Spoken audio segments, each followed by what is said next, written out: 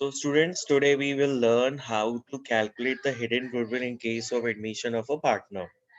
Okay, so first I will writing one question, then through the question we will learn how to calculate the hidden goodwill. So note down the question. A and B are partners sharing profit and loss in the ratio of 2:1. They decided to admit C into partnership for one third share for one third share. On the date of admission, capital of A and B were rupees 1 lakh and rupees 80,000 respectively. C brought rupees 50,000 as his share of goodwill, as a share of capital, as a share of capital.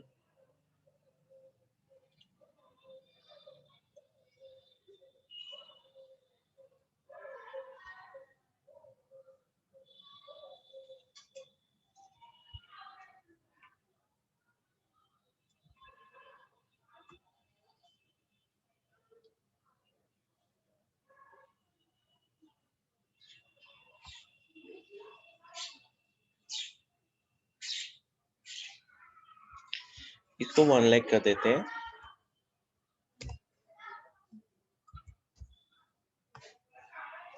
C brought rupees 1 lakh as his share of capital.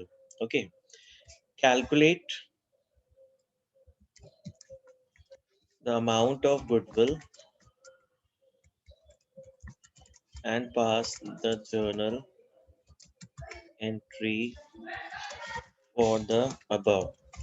ठीक है, ये question है. A and B are partners sharing profit and loss in the ratio of 2:1. They decided to admit C into partnership for one third share. On the date of admission, capital of A and B were rupees 1 lakh and 80,000 respectively. C brought rupees 1 lakh as a share of capital. Calculate the amount of goodwill and pass the journal entry. अब देखो, हमसे कह रहा है goodwill निकालो, लेकिन कहीं भी इंफॉर्मेशन है कि गुडविल लगाने के लिए कौन सा मेथड अप्लाई करना है, जैसे average profit method, super profit method या कैपिटलाइजेशन मेथड. ऐसा कुछ भी मेथड नहीं बोल रहा है और फिर भी कह रहा है कि calculate the amount of goodwill. तो ये कैसे पॉसिबल है? तो इसीलिए इसको बोलते हैं hidden goodwill. Means there is no information about the method of goodwill, how to calculate the goodwill, but still the question is saying that you have to calculate the amount of goodwill. That's why it's called hidden goodwill. Means nothing is given and we have to find out the hidden goodwill. Okay, so there is a one formula. So you will write calculation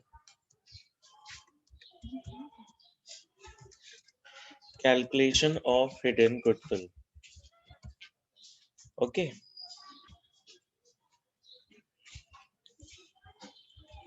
तो सबसे पहले हमें क्या करना है, capital of the firm निकालना है. Capital of firm on the basis of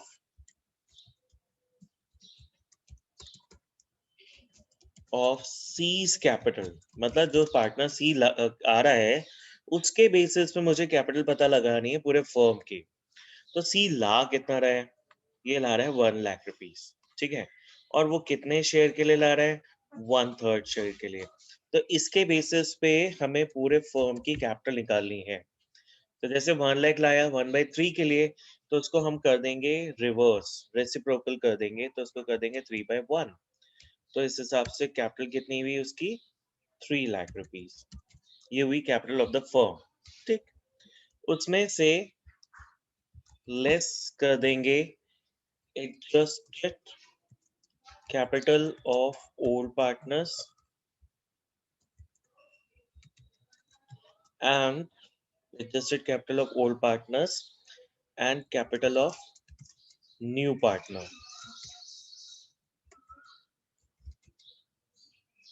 new partner. अब एडजस्टेड कैपिटल का क्या मतलब है?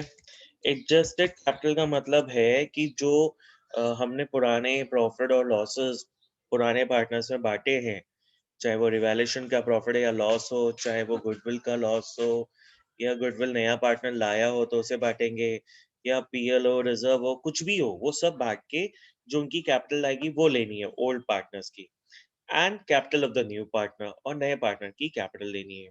ठीक है, तो देखो कितना कितना है। अभी क्या क्वेश्चन में इन्फॉर्म किया है कि कोई जर्नल रिजर्व है या पीएल है, तो ऐसी भी कोई इंफॉर्मेशन नहीं है। यानी जो कैपिटल क्वेश्चन में ए और बी की दी हुई है ओल्ड पार्टनर्स की ये जो कैपिटल दी हुई है ना, यही इनकी एडजस्टेड कैपिटल मान ली जाएगी, क्योंकि पुराना प्रॉफिट और लॉस कुछ भी नहीं दिया है। तो हमने क्या किया इसमें से ए की कैपिटल प्लस बी की कैपिटल प्लस जो नया वाला पार्टनर है तो उसकी भी कैपिटल ऐड करनी है, तो ये सब मिला के कितना हो गया 2,80,000। तो ये माइनस कर देंगे 3 लाख में से। जो कैपिटल ऑफ द फर्म है 3 लाख, उसमें से ये 2,80,000 जो एक्चुअल कैपिटल है अभी, वो माइनस कर देंगे। अब तुम देखो, हमने सी से कैपिटल मंगवाई थी 1 लाख 1/3 शेयर के लिए, तो उस बेसिस पे तो पूरे फर्म की कैपिटल है 3 लाख, और एक्चुअल कैपिटल कितनी है 2,80,000, यानी हमने उस हिसाब से इनसे ज्यादा कैपिटल मंगवाई है, जरूरत के हिसाब से ज्यादा मंगवाई है ना? तो यानी जो बचा वो हो जाएगी हिडन गुडविल, वो हो जाएगी हिडन गुडविल। तो कितनी गुडविल आ रही है? ये गुडविल आ रही है 20,000। ठीक है, तो ये हो गई हिडन गुडविल। तो ये समझ में आता है?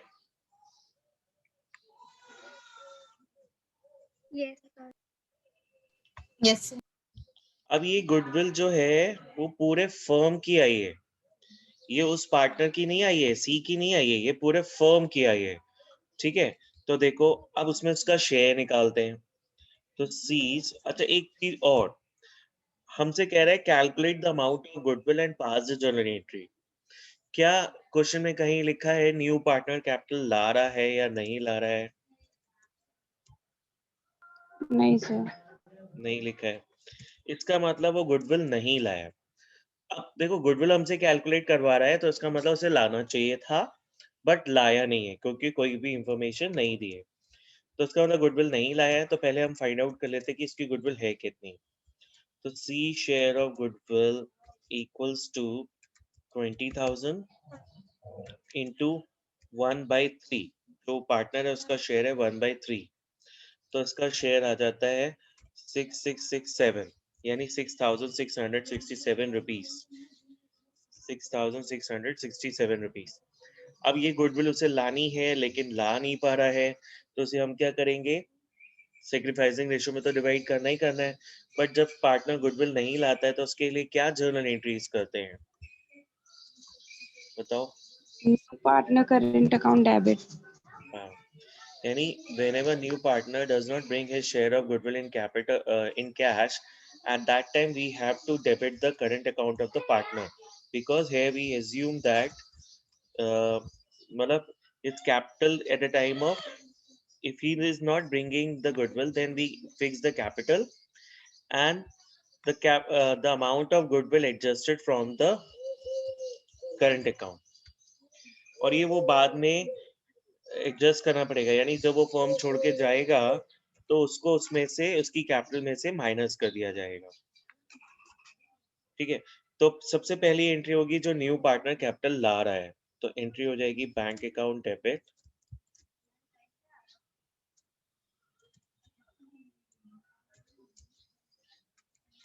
टू सीज कैपिटल अकाउंट,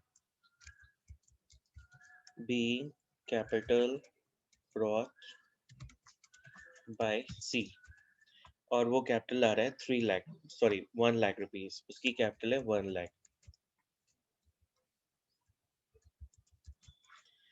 ठीक है, तो पहली एंट्री हुई है।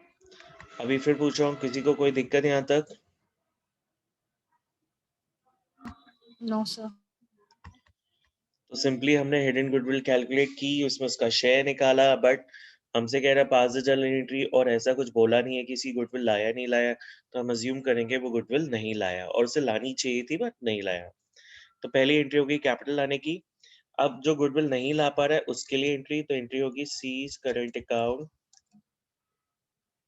Debit,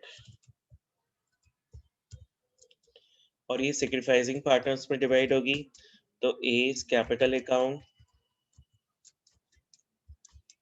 to B's capital account,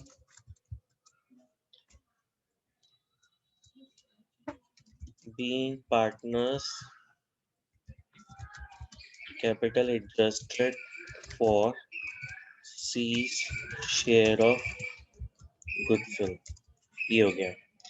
अब C को गुडविल लानी थी 6667। अब ये बताओ कि ये सेक्रीफाइसिंग रेशियो में डिवाइड होगी, तो सेक्रीफाइसिंग रेशियो क्या है? 2:1 ओल्ड वाला ही। क्योंकि कोई इंफॉर्मेशन नहीं है तो ओल्ड वाला ही हम उसको सेक्रीफाइसिंग रेशियो मान लेंगे। तो 2/3 1/3, तो 1/3 करेंगे,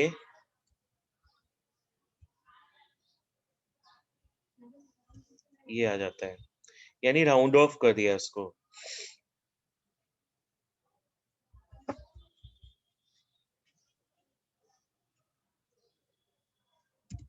ये आ गया।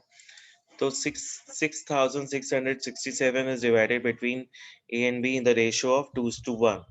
So it will come 4444 and 2233. Okay. So in this way you have to calculate the hidden goodwill. Any problem here?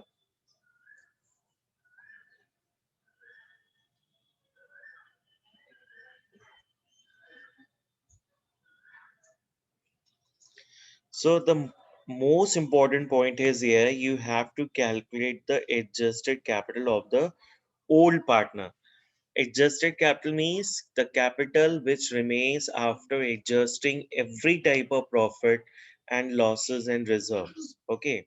So in this question, even there is no information about the reserve or any profit. So simply we take the capital of the partners.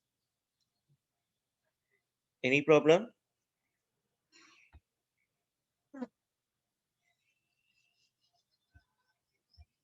Okay.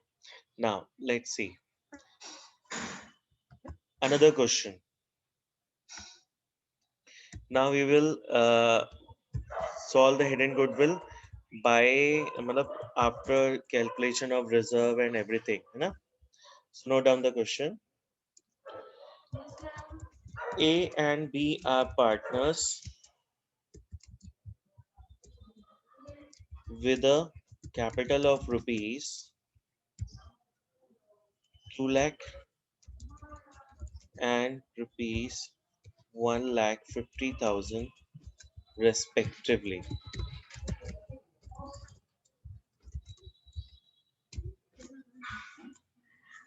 ठीक है? They C is admitted for 1/4 share of profit. C brought rupees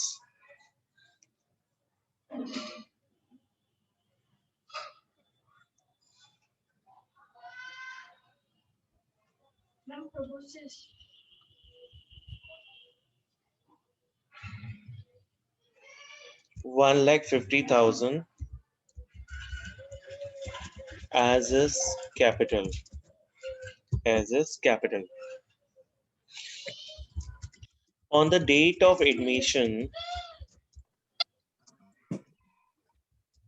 profit and loss account credit. Profit and loss account credit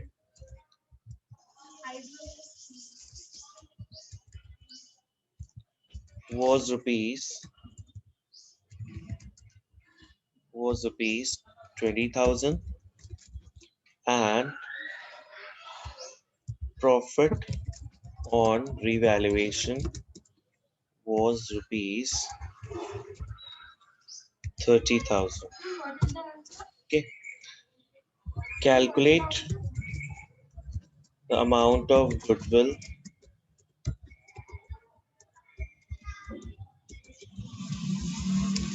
and pass the journal entry for goodwill. अभी खाली journal entry किसके लिए करनी है? Goodwill के लिए करनी है.